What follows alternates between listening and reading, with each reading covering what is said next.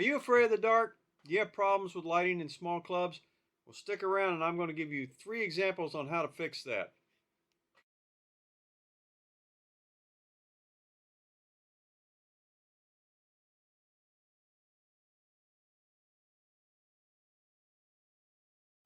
Let's start out with a real good question. What is proper exposure? Do you know?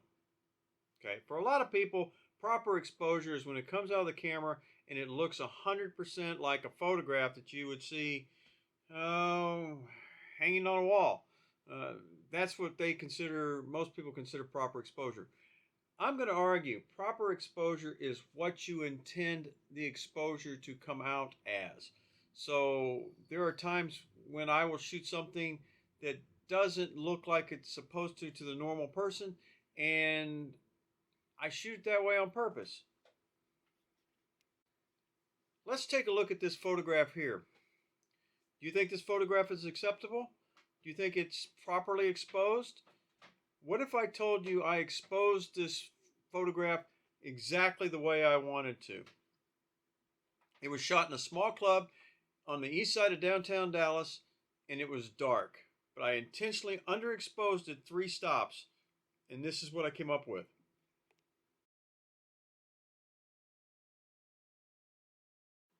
Take a look at the print. Take a look and tell me if you think you would put this on your wall, if it's acceptable to you, if you left it alone, you'd be happy with it. Let me know. And then what I'm going to do in just a second is I'm going to show you the finished product.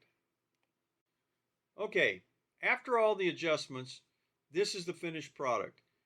I intentionally shot it 3 stops underexposed and left it at that. And then I adjusted the photograph in camera raw in Adobe. Okay. One of the nice advantages about it when you adjust the exposure is if you adjust it in the camera, the way you adjust exposure in the camera is you increase ISO. Well, that can increase noise.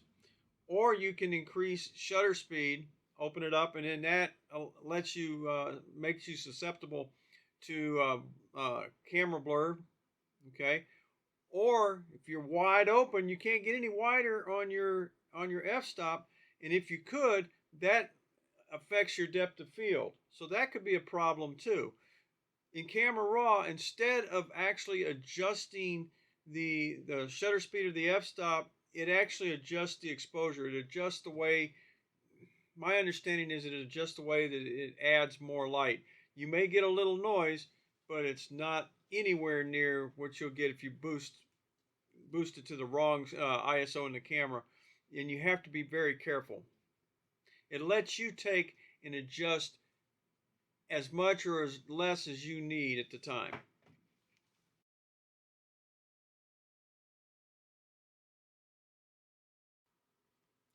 How it does it, man, I don't know. I will be the first to admit it's some of the magic of Photoshop, but it comes in very, very handy, and it's a very useful tool. It's also very useful if you shoot in dark clubs with a lot of problems with lighting. I've heard people from all over the world tell me that they have, they're shooting a dark club with a flashlight and a candle.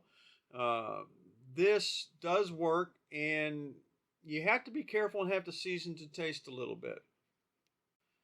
Okay, what I also did is I put another picture is coming up with my original settings. Everything that I did, the spot metering, the ISO, the shutter speed, f-stop, that's all right there, and you can see the way the original picture looks and the original picture settings.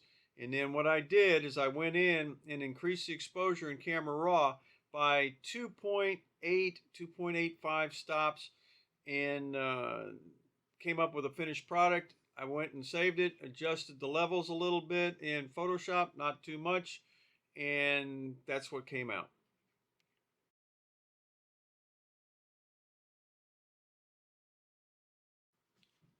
All right, the next photo, while it is technically a small club, it's not a small club. It's shot in the world's largest honky tonk in Fort Worth. This was shot at Billy Bob's, Texas, And this is of Aaron Watson. And for most people, they would consider the photograph I'm about to show as acceptable. Uh, but they leave cards on the table, money on the table, and don't do anything to it. This shot was actually shot 1.5 stops underexposed, and it was done on purpose, and it was done to combat the lighting that affected that affects his show. He uses a lot of backlighting, and it's hard to shoot because most of the time all the light from the whole show is coming from back to front, and that causes a problem. But I'm going to show you the original shot, and then I'll show you the shot that I came up with after all that.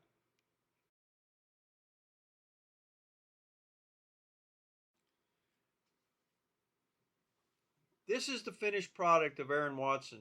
As you can see, it's probably, I think, a whole lot better. It's better exposure, it's better adjustment, and the primary adjustment for it was done using Camera Raw. I adjusted a stop and a half, and I did a little bit of, there's a little bit of tweaking as far as comes to the lights, the highlights and the shadows, but not overly that much.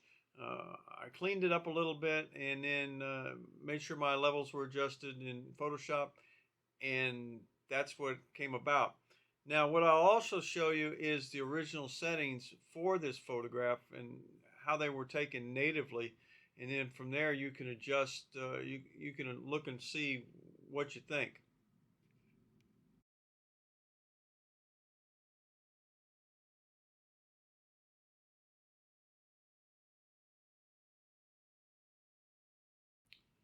All right, now it comes down to the best of the bunch. This next shot is of Stony LaRue, and it is very dark. It is very pink and very blue, and it has the wildest adjustments in Camera Raw. I was really surprised.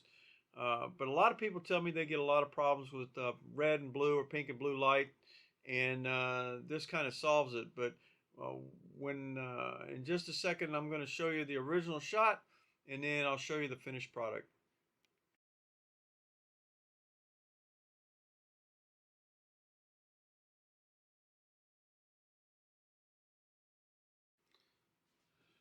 Okay, so what I'm going to do now is I'm going to show you the original settings in which the camera, the information, the metadata from the camera that was used to take the photograph, and take a look at it.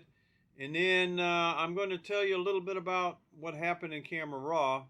So let's take a look.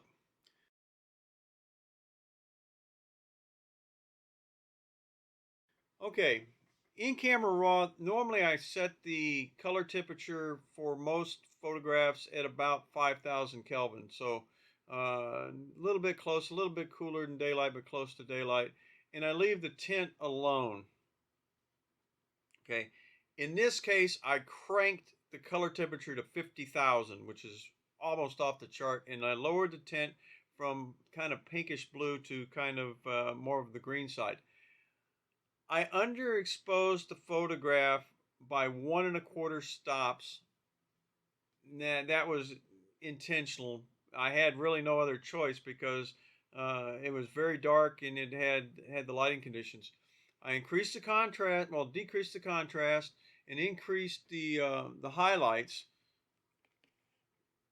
on the photograph. Adjusted the shutter to -36, and then I increased the blacks a little bit and increased the whites just a little bit. So I played a little bit in seasoning, pushing and pulling a little bit until I got the photograph where I wanted it to. Increase the clarity and the dehaze, and then I lowered the vibrance and the saturation so that it looked a little more muted. This gave it the natural look, but this is a very big change than what normally would come out of your camera. I know a lot of people tell you that oh man, if it doesn't come out of the camera the way I want to see it, the way people want it, then I'm not a real photographer. Well, No, that's not right. Uh, did you get the picture that you wanted to present? Yes or no? And probably the answer in that case most of the time would be no. So in this case, yes, this was adjusted through Camera Raw, and I'm going to show you the settings right now.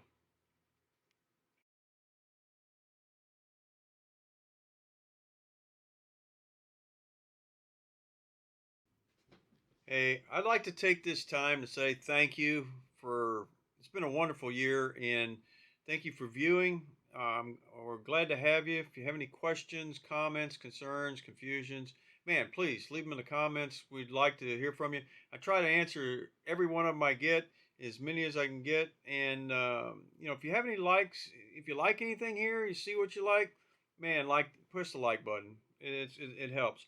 Also, if you want, please, we'd love for you to subscribe.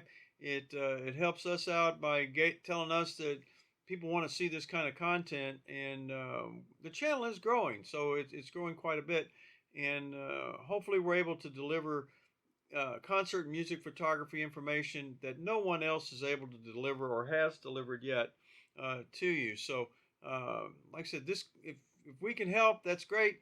And in this holiday season, man, everybody be safe. Have a great holiday, and we'll probably see you maybe after Christmas, and probably somewhere, I don't know. We might do something during New Year, before the New Year's. But anyway, y'all have a great time. We'll see you later. Thank you. Bye bye.